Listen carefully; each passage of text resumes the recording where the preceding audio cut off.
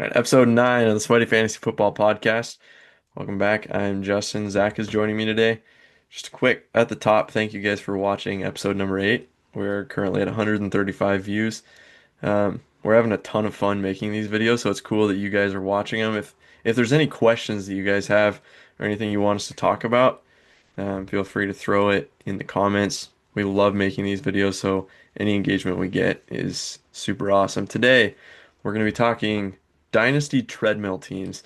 We're talking about the teams that are just stuck in the middle, never competing, never rebuilding, how to stay out of that, and what you can do to make your Dynasty team better. We'll go over there was some pretty big NFL news that dropped, and that should take us through the whole episode. So I'm pretty pumped for this episode. And again, thanks for watching. We really appreciate you guys. Yeah, absolutely. Juice to get that many. We got our first comment and a comment complimenting one of my trades. Like, I was blushing. I was blushing in public, man. Like, what a time to be alive. We're happy to be here. Thank you guys for watching. Yeah, it's a phenomenal time to be a football fan. I tell you what, 10 Sundays till football. We got some massive NFL, some massive fantasy football news. Just to kick it off, Johnny Smith is going to Pittsburgh. There were some pieces that moved around. I think it was Minka for Jonnu. There was a late pick swap and Jalen Ramsey. We'll just talk about the fantasy football implications. First off, Jonnu to Pittsburgh. He was going to be a top five tight end this year-ish. He was tight end four last year. He was going to be a very relevant tight end this year, and now him and Pat Freiermuth are just going to cannibalize each other. I don't see either of them really being relevant outside of injury, and tight end isn't one of those positions you handcuff. So Jonnu and Pat are both stayaways this year. How do you value Jonnu going to Pittsburgh? I never had Jonnu super high. I did not think that he was. I wasn't drafting him as a top 10 tight end at this point in time. I think that what we saw from Miami's offense last year is not how they want to live. And that's what this trade shows you, really. The fact that they kind of shopped him this offseason says, I don't think we want to be giving 10 targets a game to the tight end position when we are spending $60 million a year on our dynamic wide receiver duo. I think that. I could see Jonnu to Pittsburgh possibly even being good for him. The reason they were looking for him is because Arthur Smith has worked with them previously. A lot of us probably remember when Jonnu was in Atlanta with Arthur Smith vulturing touchdowns from Kyle Pitts. I remember Yep. that being a conversation. So I think that's really what Jonnu is and what he's going to be in Pittsburgh. He's going to be a little bit gadgety. They're going to want to run the tight end screen game through him. He's going to get a lot of like looks behind the line of scrimmage, dump offs and such. Um, I do think that he doesn't hit Pat Fryermuth's role too hard. I think that they'll run a lot of 12 personnel. They want to run the football. But again, it's just kind of targets that are going to be leaving the offense in something that we are in an offense that we already projected to be kind of bottom of the league in like neutral pass rate. So yeah, I am downgrading Fryermuth. I was already not super excited about Jonnu, and I don't think he'll be able to predict his big week. So yeah, just kind of tanks a couple of guys here. I did want to mention, however, that we talked about Tyreek Hill being a sell a couple weeks ago, and I think that again, this is a little bit of Miami telling you how they want to run their offense, what they want to do in their hmm offense, and it's not funneling short targets to the tight end. I think it's and the further we get away from that conversation, the more I think, you know what, I think that if Tyreek Hill hasn't hit the age cliff, which we haven't really seen on film, he could be interesting this year. Yeah, I think it's a bigger bump to the Dolphins than it is changes really very much on the Steelers. Besides Jonnu on the Steelers, obviously he's just irrelevant now. But on the Dolphins, I'm still pretty firm on the Tyreek Hill has declined. Jalen Waddle, I think, is an absolute screaming value in fantasy drafts. I think he's going to be a solid wide receiver too this year. I do think Devon Achane gets a massive bump from this. I think there's going to be a lot of short area targets, and now instead of being split between Jonnu Smith and Devon Achane, it's going to be all Achane. So I think Achane, aside from injury, will be a top five running back this year. I don't think that's a super hot take just because I think he's going to get so many targets. Sorry, I should caveat that. In a PPR league, Devon Achane is going to get so many targets. And the frustrating part last year, watching Johnny Smith's tight end four season wasn't necessarily that people dislike Jonnu, even though he kind of, like you said, with Arthur Smith, he went in to Atlanta and everybody was like, why isn't Kyle Pitts getting all these targets and these touchdowns? And then he goes into Miami and everybody's just mad because they invested in Jalen Waddle and they invested in Tyreek Hill. They invested in Devon Achane, and he came in and single-handedly just tore apart Jalen Waddle and Tyreek Hill's season. I had some stats on that. So he he had 111 targets, 88 catches, and 8 touchdowns. If you split those up between Jalen Waddle and Tyreek Hill, both of those guys have seasons that you felt confident in versus what actually happened last year where they both just sucked. So I think the big boost is to Tyreek Hill, is to Jalen Waddle, and to Devon Achane. And again, I'm out on Tyreek Hill. Jalen Waddle has pretty much entered must draft, must trade for territory to me. I know we differ a little bit on Tyreek Hill, but Jalen Waddle, I think, is primed for a massive bounce back. Yeah, I'm a little more skittish on that offense in general. But I don't hate the take. Jalen Waddle is uber talented. Yeah, it's in the range of outcomes for sure.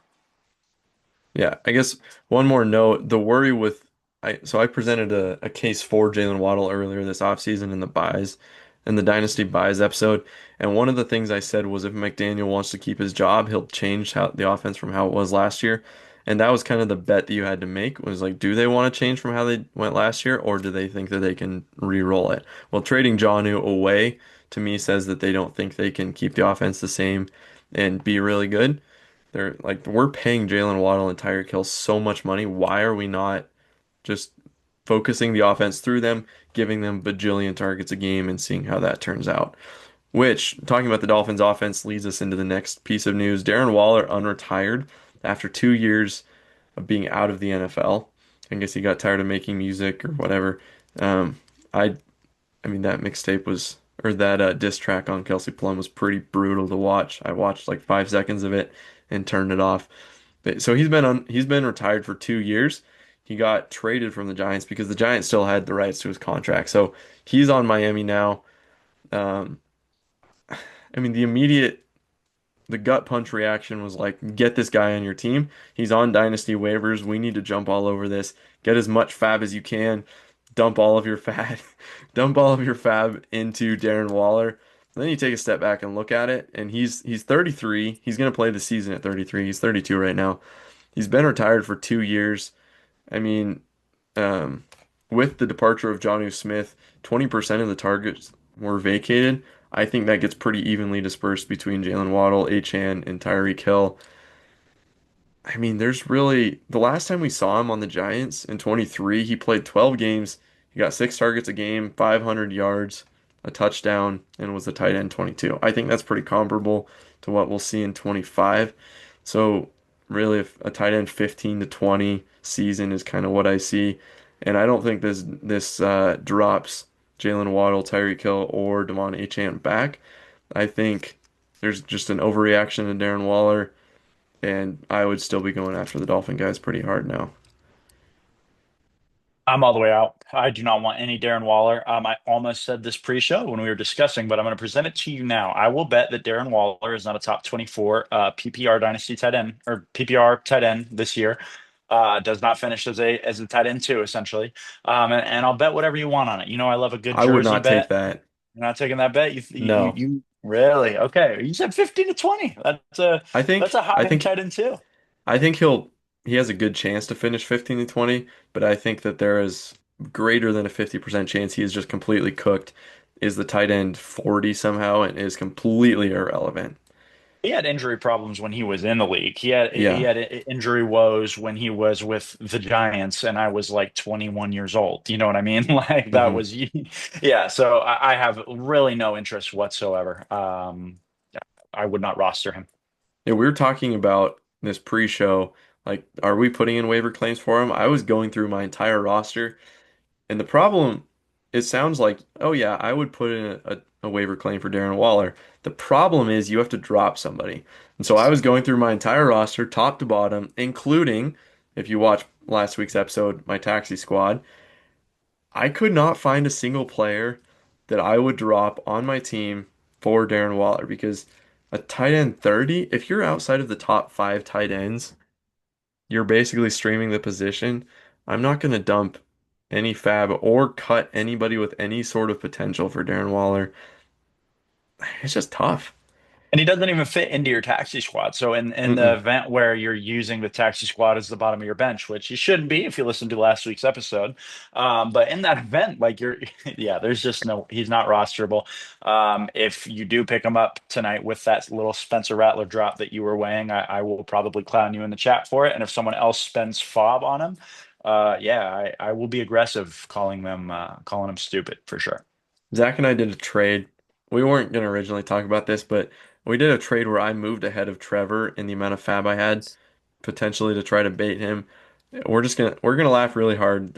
It seems like there's gonna be maybe one guy in every league that thinks he still has it and dumps way too much fab into him, and then he comes out and he has one target week one and is irrelevant for the rest of the year. Um, I just yeah, he's off of my draft boards for sure, and even in Dynasty, not really worth the pickup. 33, been retired for 2 years, hasn't played football in 2 years. There's just, anyways. What would you set the line at for max fob he goes for in our league? How much fob do you think he goes for tonight? I would not be surprised if it's like five, and I would not be surprised It's Mr. Jacob. Let if Mr. Ledford or Jacob dumps like 50 fab into him, and then we Uh, wake up and there is no other bids, that kind of a thing. Um, there's no way he gets a 10 fob bid, right? Please tell me there's no way. Our league's sharp, right? Oh man. I don't know. Trevor is desperately in need of a tight end. We may have baited him into doing it, but yeah, I'd rather have Gasicki. Get me I would. Gasicki. Oh, 100 times out of 100. Um, Other news to talk about: multi-year extension for Todd Bowles and Jason Light. Jason, he's a phenomenal GM. If you look at his draft history, the way he's constructed his teams, he is just top tier, top tier GM. It's great for continuity in the Bucks organization. You can have confidence if you're a Bucks fan, Buccaneers fan. You have confidence in the team going forward. It's just the continuity is good to see. It's a vote of confidence in both Todd Bowles and Jason Light. They've done a great job and will continue to do a great job just with more money now. Yeah, easily like a top eight, maybe even top five front office in the league. Hmm. And you love to see this if you own Buccaneers players. You know what I mean? The roster construction has been very solid. Definitely wanted to touch on this. This is important for Dynasty. The Hmm. fact that they are keeping them around. There was talk, not talk within the organization, but there were discussions this year about how good Liam Cohen was last year, and do you promote him and let Todd Bowles go to retain that talent? And I think that the multi-year extensions for both of them kind of show that we think that we can replicate this. I'm actually really excited to see the new Bucks offensive coordinator, and if I had to bet, I think that he'll be getting a head coaching job next year. Yeah, this is big for fantasy. Your Emeka Ibuka shares right now are they went up. They went up when those contracts happened, in my opinion. I would move him up my board for that. Baker as well to some degree. Yeah, I like what they're doing. Seeing that, I thought about making it some sort of trade where maybe I give Marv to Tyler for a Buka Plus to try to capitalize on that. I might still try to float that around, but I mean, great players. And you think about it too. Canales got a head coaching job 2 years ago, and then Liam Cohen steps in. Liam Cohen gets a job. You obviously like the new offensive coordinator, and that's I betting like on them a him to get lot. a head coaching job. Obviously, history says that's a pretty solid bet to make. Baker's I, resurrected his career. It's just a good place to be right now. Good vibes all around. I wouldn't be surprised at all if the new coordinator who has just accepted the job in 5 years, I think we think of him as the best head coach. I wouldn't be surprised by that in the slightest. I like him a lot. There you go. That's a hot take, but it's also in a weird way not that hot at the same time. Kind of bizarre. I don't know if that's a compliment or an insult, but No, I'll take it it's a smart take. regardless. It's a smart take. All right, You want to jump into some treadmill teams? let's do it. All right, All right. this is the meat of the podcast today. We wanted to talk about dynasty treadmill teams.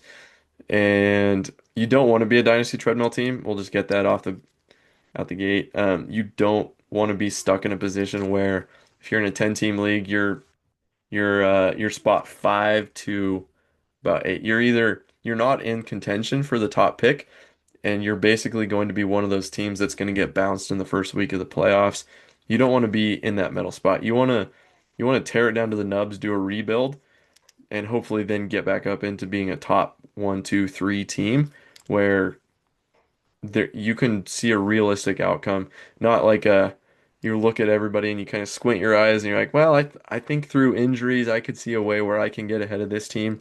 Like you want to be competing for Ashton Genty or be Or competing for the title favorite. championship this year. And that's You don't want that's what you want to avoid being stuck in the middle where you're not in either of those buckets.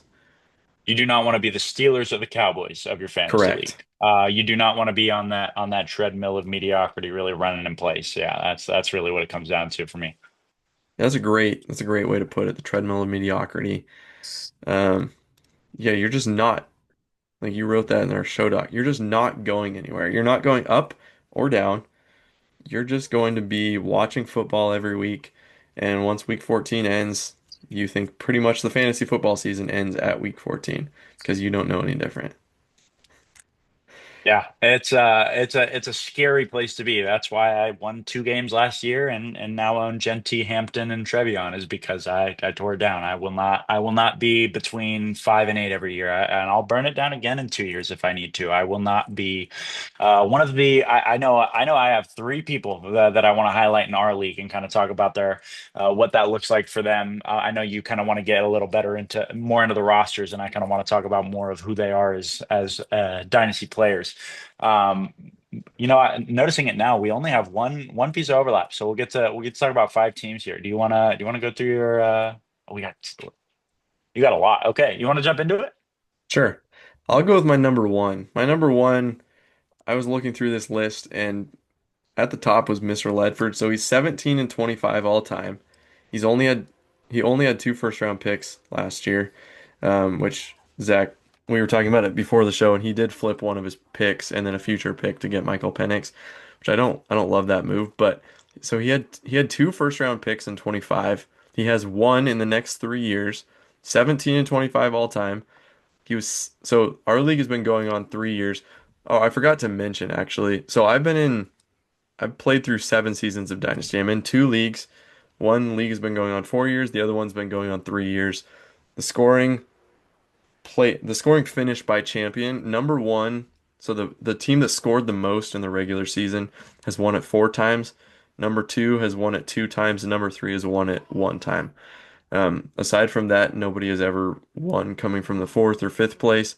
In my opinion, I think you really need to look at being if you look at your league and you say I'm a top four team, that's kind of where I set the bar at. Like you're either the favorite in the non bye week game or you have the bye week. I think if you're in the top four, then just go all in. Sell future picks, move players, take dart throws, whatever you have to do. Trade your third for that veteran. Um, just because from from this limited sample, getting into the top three in scoring is basically how you win a championship. Which, again, going back to Mr. Ledford, he has never done. He's been sixth, ninth, and ninth in the 3 years that we've played. The year that he got sixth, he got beat in the first round by 64 points, which an average score for our league is about 150 to 170. 180 to 190 usually will get you a playoff victory. So he barely squeaked into the playoffs, got thumped the first year, ninth and ninth. And he has no first round picks going forward. So he's kind of at this place where he thinks that his team is good enough to compete, and it's going to keep him out of a top pick, at least a top one or two pick. I think he has a decent chance to finish ninth again this year. But his team is good enough to not finish one or two, and there is absolutely no way you could not give me good enough odds to bet him on a championship to ever take that. I don't think there's any way he even sniffs the playoffs. If he does, it's a first round exit, basically a bye week.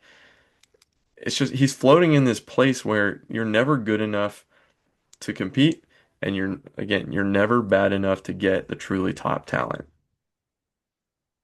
Yeah, the only reason I left him off the treadmill is because I called it the treadmill of mediocrity, and he's decidedly below mediocrity. I'm looking at Keep Trade Cuts league overview right now. Their Dynasty League rankings. For reference, he is number 9 in the league. If you're looking at the player only rankings, every single position group is outside of the top three, and he's number 9 at running back and wide receiver. This is a decidedly horrible team. And even when you look at his picks, he's fifth. He's fifth in the league in picks, so he's not in the top four of draft picks coming up. I own more of his first round picks than he does, which so sweet. I'm so excited. But yeah, I left him off for that reason. I don't think we can consider him being on a treadmill of mediocrity. I'd like to see some mediocrity first. He's definitely on the edge of the treadmill. Like he's like sprinting to try to keep himself on the treadmill. He's holding the handles and the skin is being scraped off his shins because he tried to run too fast. It's ugly, man. It's ugly It's out here. exactly. He's on the back end of it. Number two, did you have okay, so you said you didn't have Mr. Ledford on your list because he's not mediocrity. Do you have Tyler on your list? I do not have Tyler on my list either. Okay. So Tyler is 20 and 22 all time. He's just sitting right around that 500 range. He did in 23. We played in the title game. I beat him by like 70. That game, Dak and CD played on Thursday Night Football, and there was like a 90-yard touchdown to start off the week. It was pretty much over. That was so much fun to watch. So he, That was my most recent title run. I remember watching that. I had CD in that game. I remember that very vividly. so in 22 he got seventh. In 23 he got sixth, lost in the first round. Oh, sorry. And then in 24. No. No, I think I have this wrong somewhere. He got seventh, sixth, and sixth. I beat him in 23 because I didn't play in 24. Anyways, he's seventh, sixth, and sixth. So he's either, good grief, he's either sitting right outside the playoffs or he's just in the playoffs and he's getting beat. And again, the ball can bounce the right way. Like he got in at sixth and then fought his way to the Super Bowl and got blown out kind of in Trevor fashion. He did score over 100, so we can't take that away from him, which Trevor hasn't done yet. He hasn't scored over 97 in a Super Bowl. But in my opinion, that's just sitting right around the mediocre range where you're barely getting in or you're barely out. It's not really a place that I want to be. So that's why I firmly have Tyler on that list. I left him off again as well, just kind of by the same metric, but a little more complimentary for Tyler. Tyler has burnt it down this year. He sold Joe Burrow. He's sold a lot of pieces. He's acquiring picks. There's a direction to where he's going. I can look at That's his team. fair. I can look at the moves he's making, and I can say, I don't think you're running in place. I think that if I were him, I'd probably be doing it a little faster. I don't think that he is. I don't think there's a chance he has the 101 this year, and I think there's a chance he has the 103 to the 104 possibly. So I think I'd be accelerating it a little bit. But I get what he's doing. I think he's doing it. He's not Mr. Ledfring, and that's a win. Yeah, he's not holding on to hope that some way he may have a chance this year. I think selling Chase Brown definitely needs to happen before the season. I Maybe agree. even Garrett Wilson.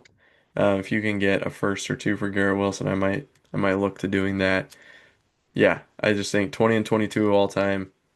You're James right. I Cook. think James Cook should be off of his that's true. roster. You are a rebuilding team in Dynasty. James Cook should not be on your roster. Go get what you can. I think he got off the treadmill after the Super Bowl stopped in our league or after it ended. Um, Yeah. Who do you got at your number 3? We'll run through your list and then I'll tell you as you hit okay. mine where I have them. So I have Jacob.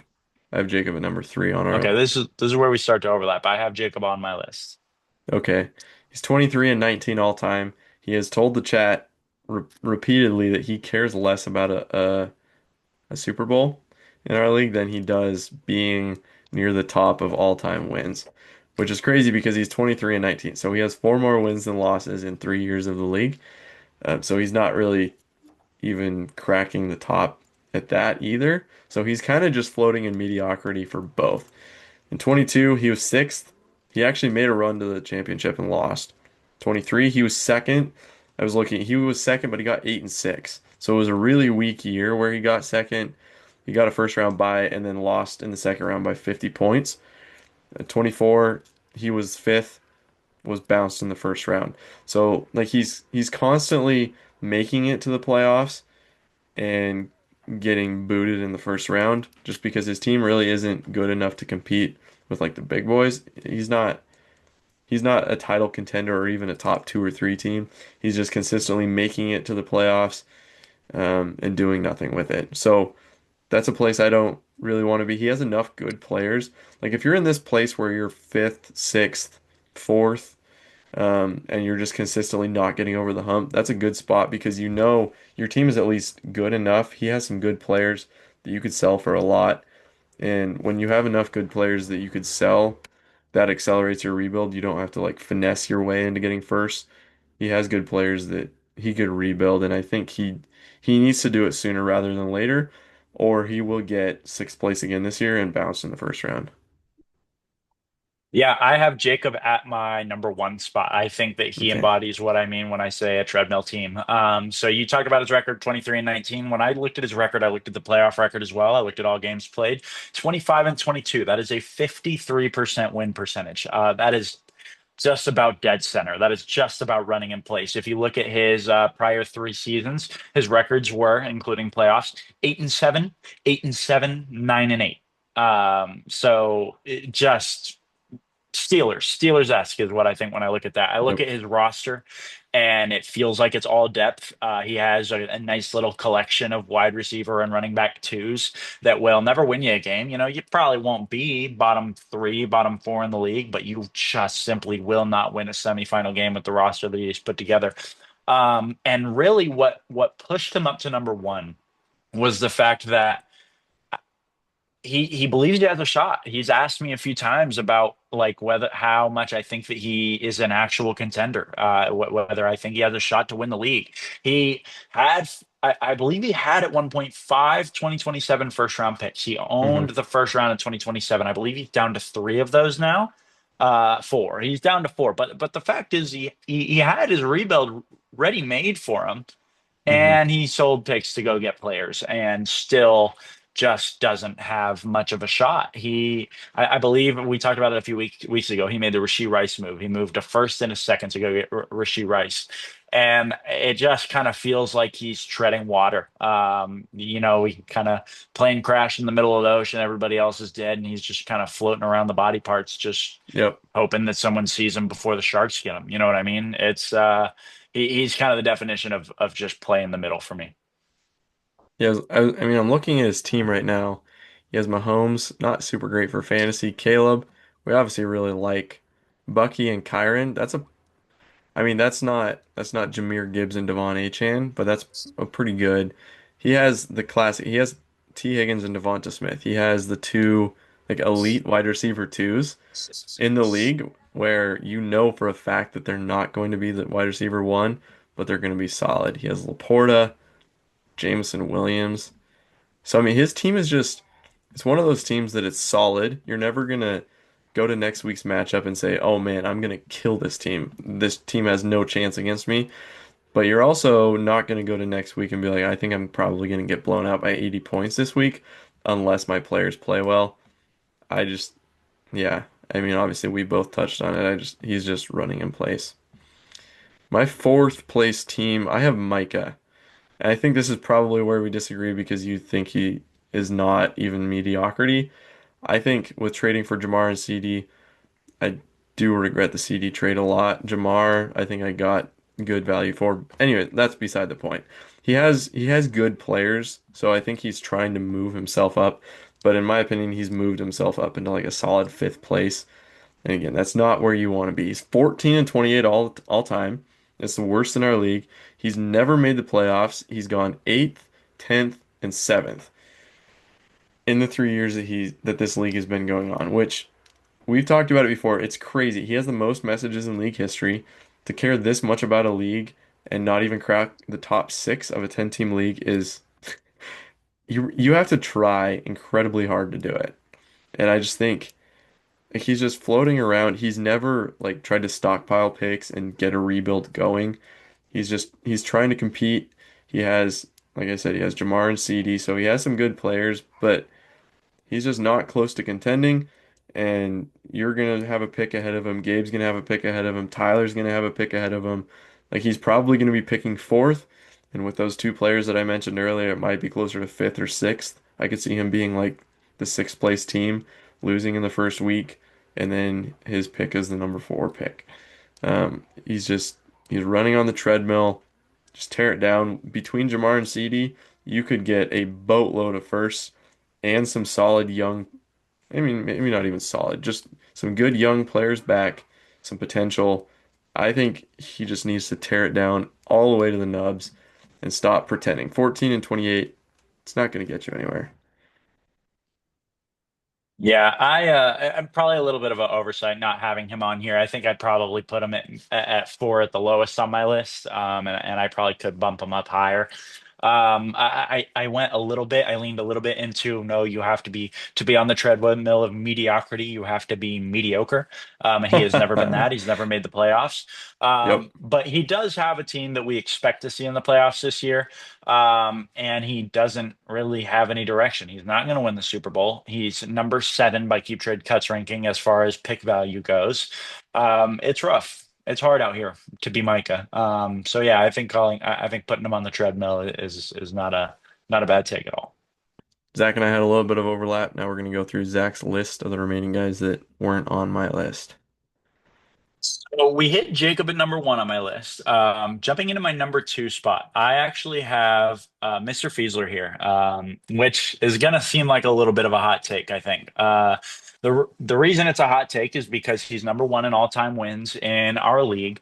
And he is, I think, like in one game, he was a fraction of a point away from advancing to the Super Bowl, Yep. and another year, I think he was less than 5 points away from advancing to the Super Bowl. And I think at least one of those times, had he made the Super Bowl, he would have won it. So yeah, I'll take some criticism for having him on the treadmill of mediocrity. But the discussion that simply has to be had is that he is 0-3 all time in the playoffs. He has the exact same amount of playoff wins as Micah does. He has the exact same amount of wins as I do, and I've won two games in my history in the league. I don't think that you can. I think that he has been a contender, and that's valuable, but it's never been quite enough. As far as picks go, he has. I clowned some of the teams earlier for not having enough picks. I think he has too many. He owns his first round pick in 2027 still, and I believe 2028 as well. Maybe it's just 2028. But he has not been very aggressive. I think that's my biggest knock. And then a little bit more of what I'll talk about is I think that he's had a little bit of Mickey Mouse production. When I kind of dug into the stats, he is 10th in the league all time in points against. So a lot of that regular season production, a lot of why we view him as being a contender is because people just haven't scored a lot of points on him. And it's not particularly close either. The gap between him and team number nine, the team with the second most points scored or the second least points scored on them, is the same as the gap between team number nine and team number two. There is such a massive drop off in the amount of points that have been scored on Mr. Fiesler's team that I think a lot of why he has the record he does and the reputation he does is because of luck.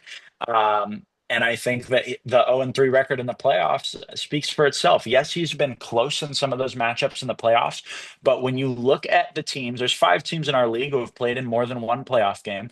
That excludes two people who have been there for a year or less. That excludes Micah, who's never made the playoffs. And then we talked about Mr. Ledford earlier, who scored 118 in one game 4 years ago. Excluding those teams, they're the five teams who have played more than two games. He's the lowest in points for. He's the lowest in points scored in those games. I think that I think that this team it has a shot, but I don't believe him to be dangerous for a title. I think that he is running on the treadmill a little bit, not being aggressive enough, making moves. I think until he wins the playoff game, I'm going to call him a treadmill team. That's fair. The one that you were talking about, I beat him by 0.16 on my title run. 0.16 points, which is crazy. I mean, that's one more catch on his team, and he's the champion for that year. He did make some moves. He this offseason he made some moves that I think were good. He was the one that acquired Burrow from Tyler for some of his picks. He has Bijan, Brees, Nico Collins, Tyreek Hill. I've obviously said all I need to say about Tyreek Hill. His tight end is Zach Ertz. See, this is where it gets really tough as you look at some of these top teams, and I think sometimes it comes down to is your tight end going to give you 15 points in a semifinal matchup? And Zach Ertz is a solid no. He has Ladd, Devontae Adams. He has Herbert, Kamara. Kamara is a really good one for this year, but his team is really, really old. Is Kelsey? He has a really good team this year, so I'd push back a little bit on that. I think Lamar and Burrow and Bijan give him enough. I guess I'll include Nico in that. They give him enough top end talent to really push for a title. I think the ball bounces the right way.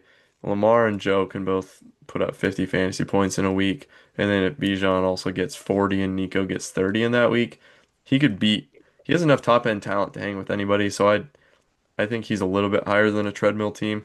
I get where you're going with that, where it's kind of been I don't know if you remember those MVP seasons with Aaron Rodgers on the Packers, where they got the number one seed and he won MVP back to back, and they lost in the first week of the playoffs in back to back years. That's kind of what Mr. Fiesler reminds me of. Again, he'll probably say that's a little unfair because he's 5 points away from being back to back champ. But like you brought up, he's gotten really lucky. It's hard to get this lucky through a 3 year stretch, but his points against is just abysmally low. That's going to regress if teams actually start putting up points against him and his team starts to age out, then he's solidly on the treadmill. I do think he's a little bit above the treadmill for this season, though. I think probably what I did, and I think I actually am starting to lean agree with you. I think Micah belongs above Mr. Fiesler for sure. And I can honestly say because of the process of Mr. Ledford, he does as well. So I think I went a little bit more results based as opposed to projection when I did my rankings because I'm going to get into Trevor next. And I agree. I think that those guys, again, should be ahead of Trevor. I'll still talk about why I think Trevor has historically been on that treadmill. But I think I went a little more historical, a little more results based than I should have. I think I went with the 0-3 all time in the playoff record. I went with kind of what's happened in the past, and I do think both of these teams are contending for a championship this year. They do have a chance, so I, maybe I underrated that a little bit.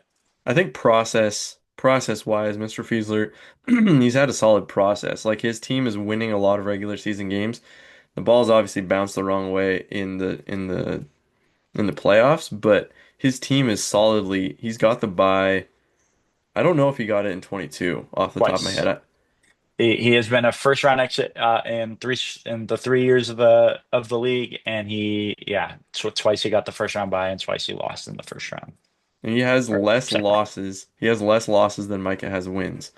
So he's like 33 and 11 in the history of the league, and Micah's 14 and 28. So it's crazy. They've both been. It's crazy to think about. Um, but yeah, I think the process is there when you're getting the bye or you're getting to the playoffs every single year. I think if he gets lucky, I mean, we can go back to it for a second. That year that he lost by .16, Purdy got hurt in the fourth quarter and threw like 5 picks that game. Um, that's not something that you predictably can say is going to happen. And football happens. I mean, weird stuff happens all the time. I just think his process is good. He's won a lot of games, scored a lot of points. Yeah, Yeah, I that's think kind you're of my honestly argument. totally right. I think that going forward, it's probably not fair at all to say he's on the treadmill and say he hasn't made the right moves. I think you're totally right. I think I went with too much with what has happened and not what will happen. Yeah, I think you're 100% right on that one. And Trevor as well, I think you're probably right about. I put him up here. I put him up here because before this year, he was also 0-2 in the playoffs. He had a really easy run to get to the Oh, Super Bowl so this year easy. just to put up 97 points in the Super Bowl. And then I was wrong about saying that. I meant to say that Mr. Fiesler was second worst outside of Mr. Ledford in playoff points Okay. per game. Trevor is a full 10 points below Mr. Fiesler. Trevor averages 100 and less than 135 points per game in the playoffs in his fantasy career. Again, we're talking a little bit about what has happened and not what will. Trevor has an insane running back room. Trevor will be contending this year. And fantasy is a very variant sport. You know what I mean? There's a hmm lot of skill in making the playoffs, and there's a lot of luck in winning a championship. And I think that maybe I got a little too aggressive with these teams, but they have historically sucked, and I think that's worth saying something. That's a quote right there. It takes skill to make the playoffs and luck to win the championship. And I think the best thing you can do for luck is get the bye. Because if you get the bye, you can't get bounced in the first round. I mean, Yep. you could have Jamar and CD and Lamar, and they all suck week 16 or 15 for some random reason. The sky's too blue, the grass is too green. There is no predictable reason for it, and you get bounced from the playoffs with by far the best team. I know in our league, it's kind of been luck so far. All 3 years, the number one scorer has won the championship, but it's been like I was 0.16 points away from not winning it the year that I was. I was 2 points away from beating Braden when he won last year, and he was the number one points scored. So I mean, Trevor, I still think he's on the treadmill. His team is just solidly mediocre. Jaden Daniels would agree to disagree on that one. I just think you can't you can't bet on injuries, but if you were to bet on injuries, it would be on Trevor's team. And I think, yeah, I just think he's in the middle. That's a hot take. I'm kind of the league's resident anti Jaden Daniels guy because I bet against him so hard pre-draft and then I traded him away. But I think I'm probably quite a bit higher on Jaden Daniels than you are at this point. I think that he has a very real shot to win the Super Bowl this year. Well, this might be an interesting conversation. I was listening to the Fantasy Footballers podcast today, and they were talking about Jaden Daniels. Is he being drafted too high?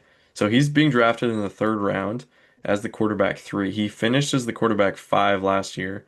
And this is the highest that any sophomore quarterback has ever been drafted in the history of fantasy football. If he gave you the same numbers as last year and was the quarterback five, would you be happy with that? Drafting him as a quarterback three in the third round?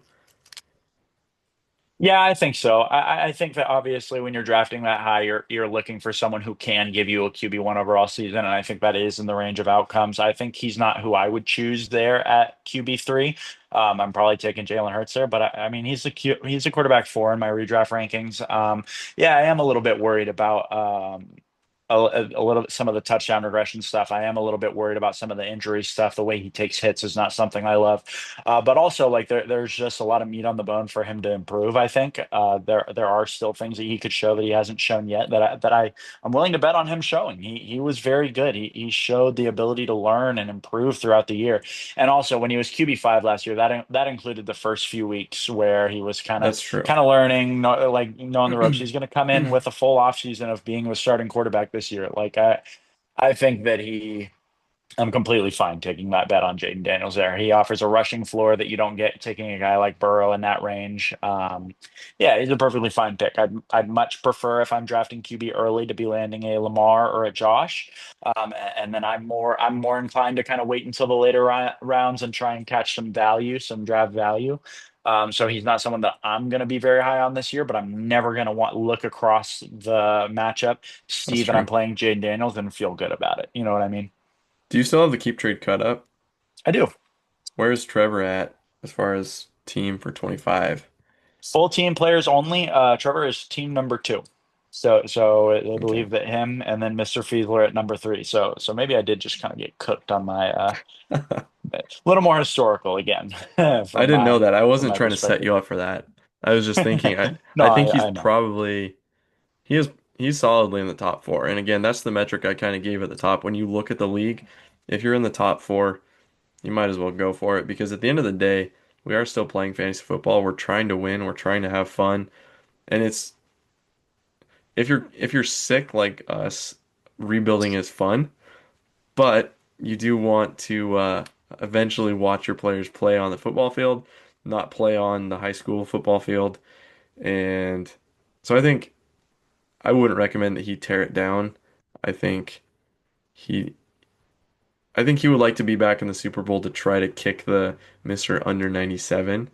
Can you Um, imagine if he did it twice? Oh my God, that would be or legendary. if he did like a Oh, 95, oh man, I'd handed sell the Braden kidney his to watch second that happen. championship in a row.